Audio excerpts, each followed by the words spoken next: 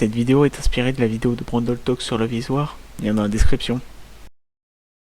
Kaguya-sama Love is War est une blague. Dans le bon sens, je veux dire. Cet animé transpire l'humour. Sérieusement, chaque moment de cet animé est drôle, tellement que juste regarder des compilations de scènes sans contexte est hilarant.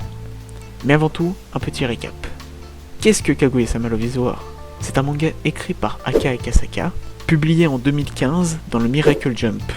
Il raconte l'histoire de la rivalité amoureuse entre Kaguya Shinomiya et Miyoki Shirogane à travers des combats psychologiques à la Death Note. Mais si vous voulez un plus gros récap, je vous conseille d'aller voir notre ancienne vidéo sur Love is War, disponible juste là. Cet animé n'est pas seulement drôle, il est ingénieux. Alors que les autres animés, même ceux de comédie, possédant une intrigue, utilisent la blague comme une bulle d'air pour le spectateur. C'est un peu ce que j'appelle la chronologie du scénario, qui se déroule en 3 grandes phases. Le calme, qui correspond plus ou moins à la phase d'introduction de la situation ou la mise en abîme, très vite suivi du drame ou du twist, et enfin la résolution.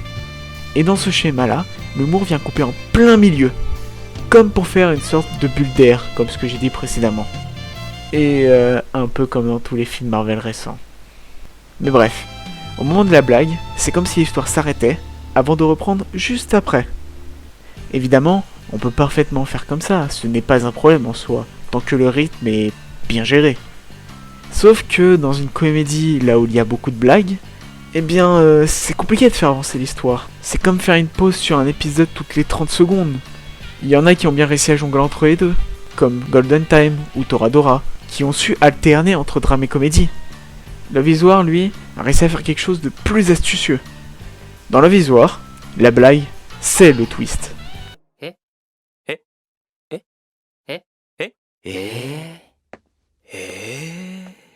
Je m'explique. Dans l'animé, les blagues servent à faire avancer l'histoire. Bien sûr, il y en a des secondaires, mais les principales, elles, font avancer le scénario. Petit exemple, la scène du gâteau dans la saison 1. Cette scène est très intéressante, car l'humour est utilisé de manière classique, donc la fameuse blague qui fait arrêter le scénario, mais aussi de la manière que j'avais citée juste avant, la manière astucieuse. Petite mise en contexte. Alors que Ishigami a mangé l'un des gâteaux qu'avait offert le proviseur au BDE, Kaguya Shirogane, dans un excès de courtoisie, et en étant très têtu, on va pas se mentir, se refuse la proposition de l'hôte de manger la part de gâteau restante, et le propose à l'hôte sans arrêt pendant plus d'1 heure. Pendant qu'à côté, Ishigami, lui, fond littéralement, car en fait il se rend compte que s'il n'avait pas mangé le gâteau, rien de tout cela ne serait arrivé.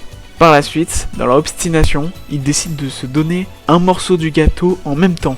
Sauf que, en parallèle, Ishigami est allé chercher Chika, qu'il estimait pouvoir régler la situation. Et effectivement, elle va régler, en mangeant la part de gâteau, et en calant une petite phrase sur l'amitié. La fourchette à la bouche, bien sûr. Et donc, comme on le voit ici, l'apparition de Chika est le ressort comique de cette fin de scène.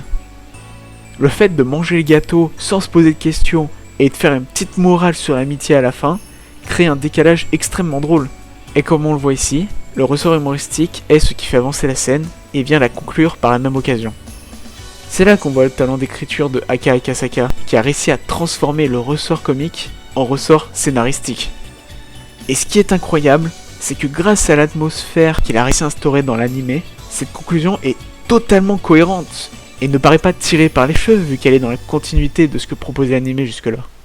De plus, j'ai pris cette scène car je trouve qu'elle est la plus pertinente pour servir mon propos, par le fait que, comme cité précédemment, on voit aussi le type d'humour que je qualifierais de classique. Cet humour qui ne fait pas avancer l'intrigue, mais qui peut servir à d'autres choses. Comme ici, où lors de leur conflit, Kaguya et Shirogane se font des reproches qui sont bienveillantes, et qui du coup séduisent les deux protagonistes. Ces protagonistes qui prétexteront une démangeaison pour cacher le fait qu'ils sont séduits par ces reproches. Là, on voit bien que ce décalage humoristique ne fait en rien avancer la scène, mais nous aide à comprendre ce que ressentent les deux personnages l'un envers l'autre. Et c'est là que je me rends compte que cette œuvre est très forte en matière de décalage comme type d'humour. Finalement, Kaguya-sama Love is War est l'humour.